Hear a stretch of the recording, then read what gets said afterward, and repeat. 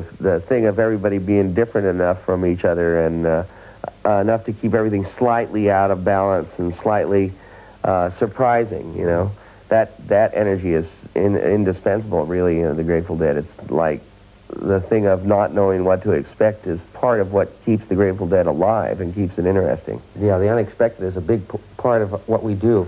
By 1967, the Dead's incredible reputation as a live concert band got them a contract with Warner Brothers Records. They recorded their first album in only 3 days. That record was followed by Anthem of the Sun and Axomaxoa. Then in 1970, they released the first album that really captured the spirit of their live concerts. It was called Live Dead. Man, I was feeling so bad now. Ask my family talk about what I have now.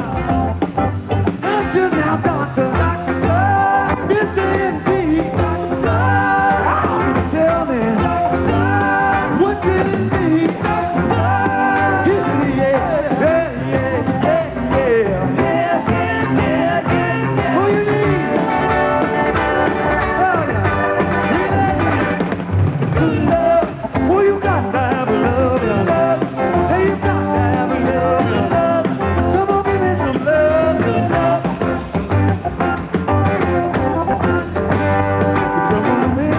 At the same time, the Dead began to run into a long series of legal problems brought on by drug busts, like those in San Francisco and New Orleans. So there was a big party in my room, and we got underway. We got, maybe 45 minutes into the party, and then this guy starts passing around these big blocks of hashish and stuff like that. Hold on to this.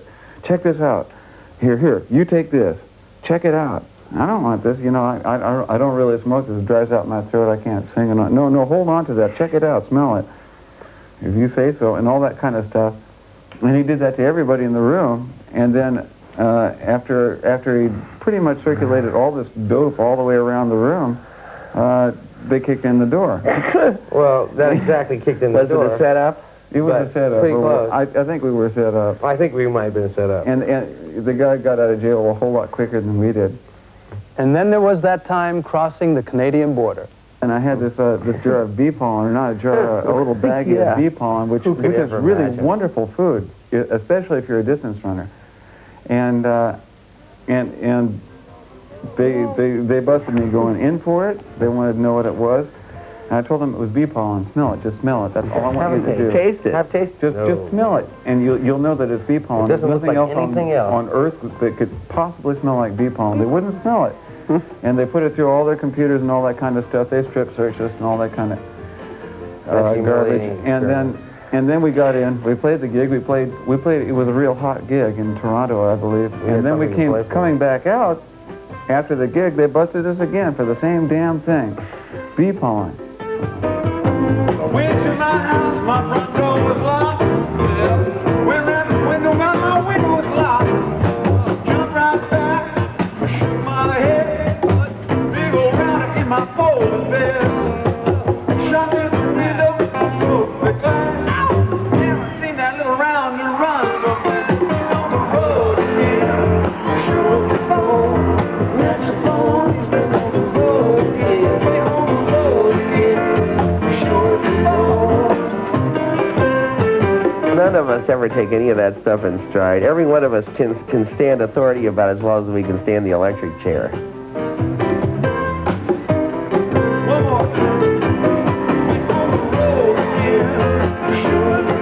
In 1972, the Dead made their first tour of Europe. The following year, the band lost one of its founding members. Pigpen died at the age of 27. He was a singularity. He did something that nobody else is going to get close to ever doing again. He was pretty much our showpiece for a while because he was so good at what he did. And you know, he was one ugly guy. And but he was so bodacious about his delivery. I got a whole lot of good old love, and then I got some in store. When I get through throwing it over, you got to come back for more. More than things that come by my dozen, that ain't nothing but drunk gold. Pretty little thing that my like to kill, cold mama, I'm so hard to handle now, yes I will.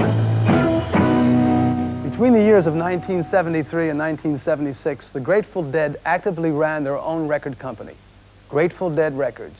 In the It end, was a gamble. It was a try. gamble. In the end, what that amounted to was we all ended up carrying briefcases and Corporate. and thinking about cash flow.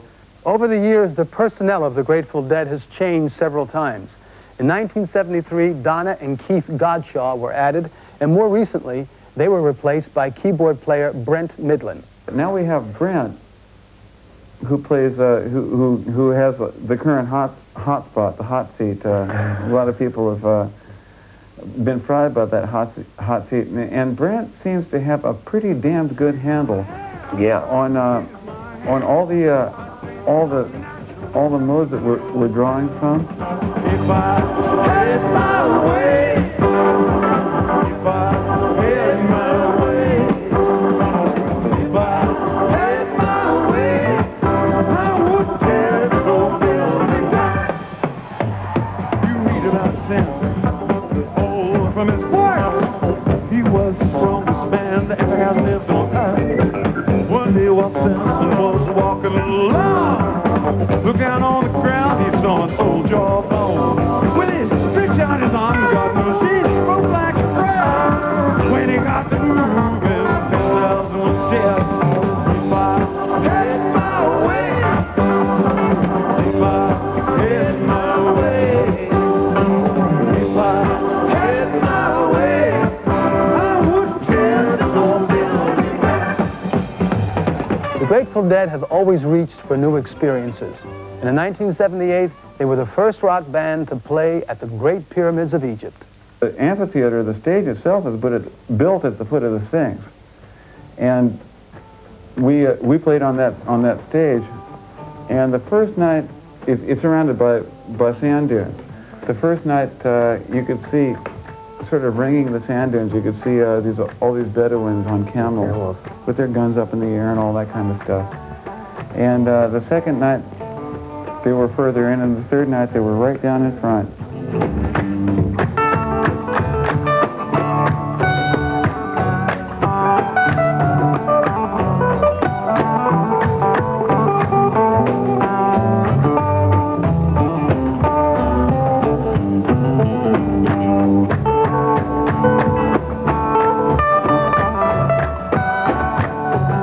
We've been doing it for years and years. And we have to consider ourselves amazingly lucky to have made it this far. If it all goes bust on us tomorrow, and we have to go find ourselves jobs at gas stations or something like that, even so, we've had an amazing ride. It's doubtful that the Dead will ever have to go pumping gas, but the band is also aware that for every generation, there's a new sound and a new style. You know, everybody has the music that speaks to them, you know, every generation. And I think in America it's required that each generation have something that they can call their own, you know, even if it's terribly unattractive to everybody else, you know. That isn't part of it. It's what it does say, not what it doesn't say, you know what I mean? Saw your first ship sink and drown from rocking of the boat. And all that could not sink or swim was just left there to float. I won't leave you drifting down, but oh, it makes me wild. I think we've been particularly fortunate insofar as we've come up with a musical form that is attractive to younger people and older people too. That's kind of neat. Ship of food on a cool sea. There's a sort of a kindred sense of adventure that they feel with us. Our music is more or less founded around a sense of adventure, a spirit of, we're going to play intuitive improvisational music, and we're going to fall flat sometimes, and we're going to make something happen sometimes. But we're going to go for it. Yeah. But we're going to go for it, for sure. The Dead have been an important part of American music since the mid-60s. They've touched our lives musically and artistically, and that makes the Grateful Dead a living legend.